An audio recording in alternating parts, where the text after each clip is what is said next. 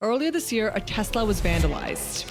Several Tesla cyber trucks were vandalized. Video and photos from police and victims show the truck spray painted with swastikas. Elon Musk took to X and said that anyone who scrawls a swastika on a Tesla has obviously committed a hate crime.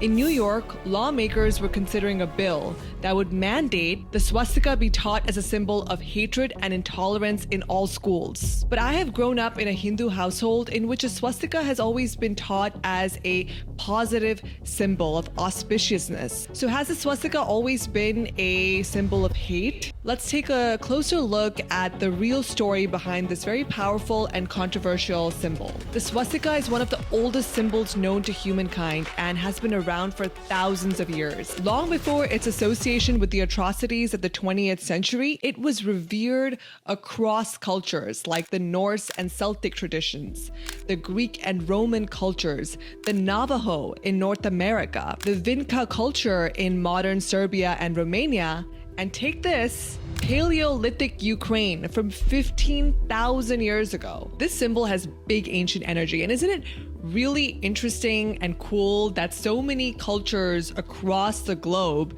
used a similar symbol to represent goodness and positivity? And here's a key fact, it wasn't even called swastika outside of India. In India, swastika comes from two root words, su meaning good and asti meaning to be. And so together it means that which brings good fortune. So how did a symbol that was once connected with peace, goodness, and protection now become synonymous with hatred?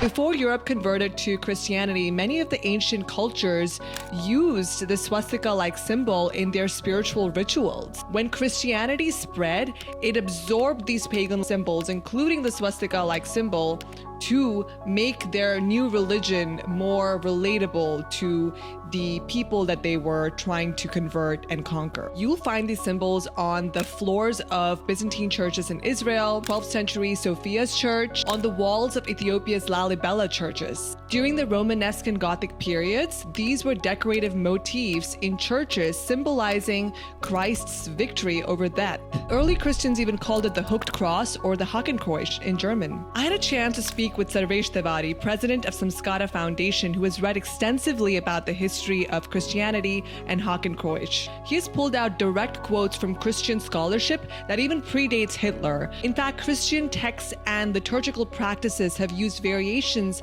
of this swastika-like symbol for centuries, even using, different types of crosses for different festivals and rituals. And so this history is really important for us to explore because it gives us an idea of how Adolf Hitler encountered the symbol in the first place. As a boy, Hitler lived in Lambach, Austria, where he sang in the choir of his monastery, which was surrounded by Hakenkreuz symbols. Professor Danielle Rancourt-Lafayette explains how the early exposure to this Christian hooked cross is what shaped Hitler's later use of the same symbol for his twisted Nazi ideology. Hitler wasn't exactly a true Christian believer as such, but he was strategic and knew that he could use religious imagery to try to connect with the larger German populace. He even created new words using the same word Kreuz and cross as a suffix. For instance, there is the Knight's Cross or the Rittenkreuz. That was Nazi Germany's highest military honor. He also came up with Balkenkreuz, which is the emblem of the German armed forces. So that word Kreuz, or which translates to cross, being used for other symbols as well, not just for the Hakenkreuz. There was even this Protestant periodical called Christian Kreuz and Hakenkreuz, which supported that fusion of Christianity and Nazi symbolism. At a Nazi Christmas celebration in 1926, this is what Hitler said. Christ was the greatest early fighter against the Jews. The work Christ started but could not finish, I, Adolf Hitler, will conclude. Now, if the symbol had stayed in India, it's quite likely that Hitler would never have encountered it. It's because it sort of spread far and wide. It went and took on new religious connotations within the Christian fold that Hitler was able to come across it and use it for his own purposes. And fun fact, Hitler never even called it the swastika. ever, if you were to read his writings, his speeches, he never used the word swastika. His inspiration never came from India for either the symbol or the name of the symbol, swastika itself. He always referred to it as hakenkoish, which directly translates to hooked cross. In Mein Kampf, which is Hitler's autobiography, you'll notice that he also uses this hakenkoish as a symbol of Aryan resistance. He even tweaks its color schemes: red for social ideas, white for nationalist ideas, and black for the Aryan struggle. On top of that color scheme, he even tilted it 45 degrees, I think, to give it some sort of like artistic, trendy touch. Remember, this guy had artistic ambitions. He was rejected not once, but twice from the Vienna Academy of Fine Arts. So he was pretty serious about that career, and here he was putting it to use. In the 19th century, there was another event that occurred that popularized the hakenkreuz even more. There was this archaeologist named Heinrich Schliemann who decided to go out there and try to find that ancient city of Troy from the Odyssey. And so in doing so, he found 1,800 swastika-like symbols in the ancient ruins of Troy. Schliemann believed that he finally found the ancient symbol of his European ancestors. After that, he traveled to places like Tibet and Paraguay and the Gold Coast of Africa, and he encountered the same symbol again and again and again. Then his findings caught the attention of other scholars like Emily Louis Burnouf. Now, Burnouf is interesting because he was aware of the swastika's use in India and theorized that this must be a sacred sign of an ancient master race, the Aryan race, that conquered lands across the world like India. Now, how Burnouf went from finding a symbol and connecting it to a whole new race is it blows my mind. Now, these type of racist ideas that link the swastika to an ancient pure Aryan race is what helped in fueling German nationalism in the 19th century.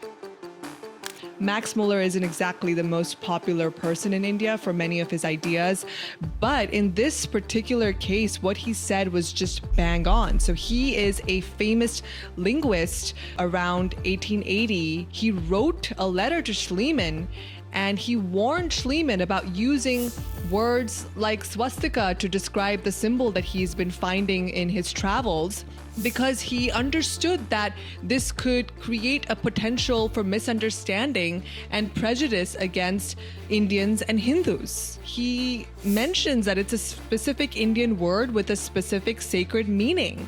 So huge shout out to Max Muller for doing that for us. But obviously Muller's warnings were ignored. The first abridged English translation of Mein Kampf was done in 1931 by E.T.S. Dugdale. He accurately translated hakenkreuz and never once used the word swastika in his translation. But unfortunately, this translation never gained traction. So instead, Irish Catholic priests' 1939 translation of Mein Kampf is what ended up becoming extremely popular. Murphy was someone who was friendly with the Nazis initially, but then he turned on them, became extremely critical of them, and fell out of favor with them. So it's quite possible, though it's not proven, but it is a plausible conjecture that he may have mistranslated hakenkreuz to swastika because he might not have wanted Christian symbolism to be associated with the Nazi ideology, as he was a priest himself. It's a plausible conjecture to be made that it was done purposely, but we will not know for sure. But now the result of that mistranslation and the misuse of the word swastika is that the Sanskrit word that is so symbolic to Hindus, Buddhists, and Jains got unfairly tied to Nazi hate. Now, this leads to real-world consequences. Hindu kids getting bullied, Hindu Americans having to hide their religious symbols, and in general, just cultural misunderstanding and discrimination. My aunt, who moved to Rochester, New York 35 years ago, was once asked by a handyman to remove the swastika symbol on a gift, on a wall hanging that she had received at her wedding from my grandmother. And afraid of all this backlash, thinking she's going to be linked to a Nazi, she hid it for decades. Despite so many articles explaining the differences between swastika and Hakenkreuz, so many people still don't know. Some towns named Swastika faced pressure to rename themselves after World War II, even though the name was given to them before, much before World War II even happened. But in 2020, residents of Swastika, New York decided to keep their name because they said that the name of their city comes from a Sanskrit word meaning well-being.